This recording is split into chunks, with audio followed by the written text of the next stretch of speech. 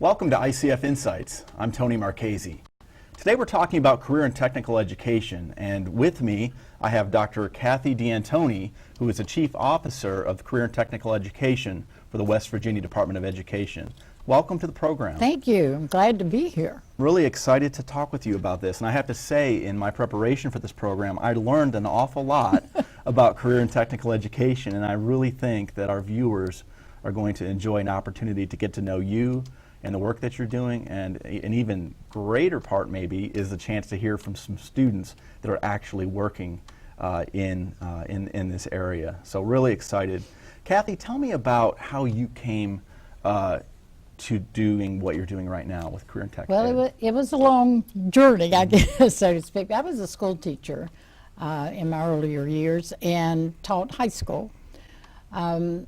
But then I'll be honest with you, I got disenchanted with the school systems. I was in Florida area, and because I didn't think the school systems were for students. And I was frustrated because it's very important that students play a role in their own educational process. So I left and went to business with my brothers, and we had some restaurants and in Myrtle Beach area. But there was a passion of education that still kept. And I thought, well, maybe if I go back into education and get a degree high enough, I can get to where I can make some changes or to try to change the way education is delivered to students. So that's how I started my journey. So I came back, I started at Marshall University as a student. I went back to school, got my doctorate degree, and then one job led to another and ended up with the State Department, and I'm now in charge of career tech, which in my opinion is where all of our students need to have some exposure and have some type of career tech in their background. One of the things you said when you were doing kind of your introduction was you talked about how school wasn't for students, kind of in the way that it was being done maybe in the past. Tell me more about that and why maybe this idea of ownership is so important for the educational process. Well, education should be personal.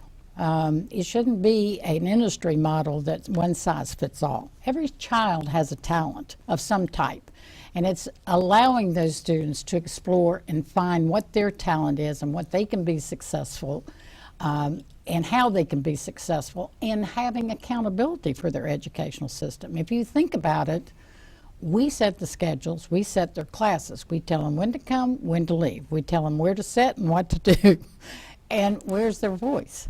And to have a child that is totally engaged in the education process, their education process, they've got to be motivated. It's got to hit their hot button, not an adult's hot button. So in career tech, this is our approach, and it's showing phenomenal results. Now, is this an approach that is sort of an industry standard, or is that something that maybe you've really tried to cultivate here in West Virginia? We've tried to cultivate that because the end product of education is employment. So there are skill sets that students need beyond the academic skill sets. And academic skill sets are very important. Please don't misjudge what I'm saying. However, there is another set of skill sets in order to be successful. Your content, so to speak, skill set will get you the job. The other skill sets will make you successful and will allow you to keep the job. That set of skill sets, I feel we need to stress more in the educational system, and that is allowing students to develop their leadership, their critical thinking, their problem solving, their ability to communicate, their ability to work with other people. When I think about education and kind of how it's done kind of on a large scale, you know, you talked about a one-size-fits-all pedagogical kind of approach. Right. I think about, you know, the idea of analysis and synthesis. It seems like we're very good at providing information and maybe even asking, so what do you think about this? But when it comes to application or even taking it one step further towards like transformation or innovation, you know, it doesn't seem like that's something that we're so good at. No, and I ponder the question. We do more research in education than any other area, a career area.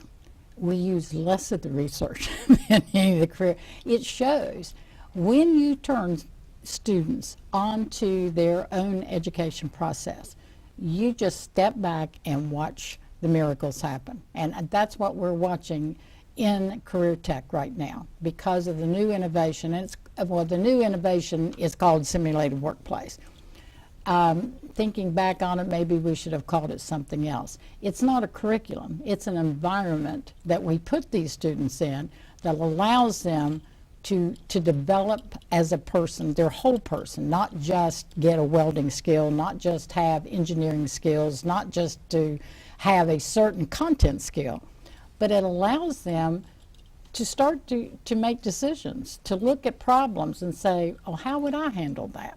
Rather than a teacher telling them how to do it. It's a big difference. Well, it seems to me that the level of personalization, the level of ownership that a person has for their educational experience, you know, like you're talking about, really exposes them to a lot of the situations, the challenges that they'll experience in life. And maybe where a theory won't be quite as effective, you know, they may have some of the skills or requisite knowledge and skills to be able to really navigate through some, you know, challenging situations. Right. Well, when I first started, we work a lot with business and industry, trying to figure out what skill sets and those. And when I first started working in career tech, we met a lot, well, we still do, but in the beginning, I met a lot with business reps. And the conversation in the very beginning was, you know, here are the skill sets we need for me to grow my business or what I need in my future employees.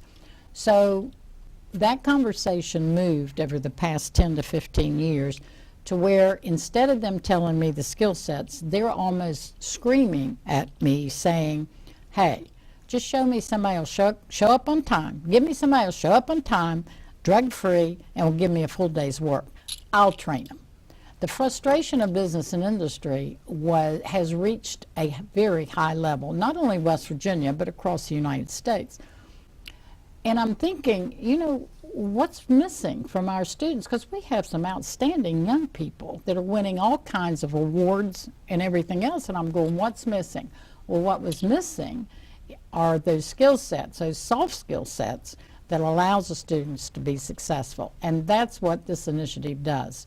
It allows the students to experience what it is to be part of a company, part of a business, and so that they start to really understand, if I don't show up, there's a difference here. My company doesn't do well. So instead of a traditional classroom, we changed every classroom into a company that the students actually run the company. Okay, so I am a visitor and I'm coming to a location. I'm sure, are these companies, individual companies at a singular location? Yes. Or are there locations all over the state? How does that work? Well, they're all over the school. They're in a school. Okay. And yes, we have over 1,900 companies right now in West Virginia and over 17,000 students participating. Now we have some high-flying companies, just like you do in the real world, to some low-level companies. It depends on where they are in the process and how well the teacher has been able to transform his or her classroom into this environment. So what type of teacher facilitates this type of learning environment? A teacher that can facilitate. Yeah. That's basically what it is.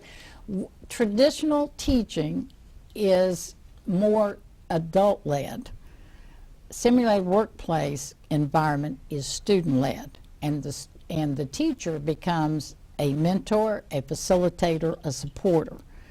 And it is a huge, huge change. And so some teachers change a little more rapidly than others.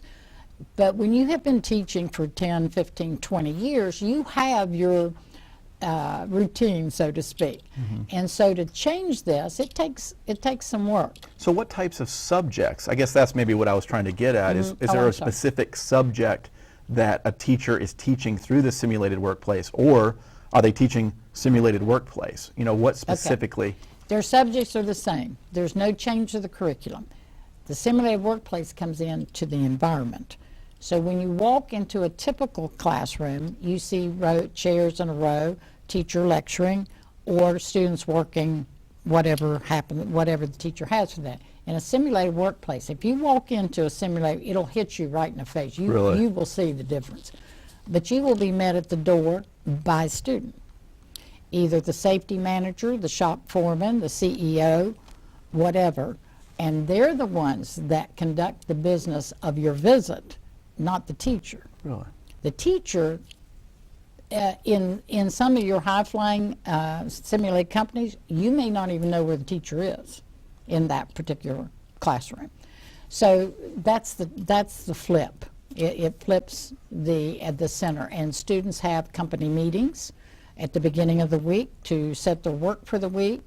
They have time cards. They participate in drug testing. These students, and I'm happy to say, in West Virginia, in our simulated workplace, we have less than 1% of our students that test positive in drugs. Wow.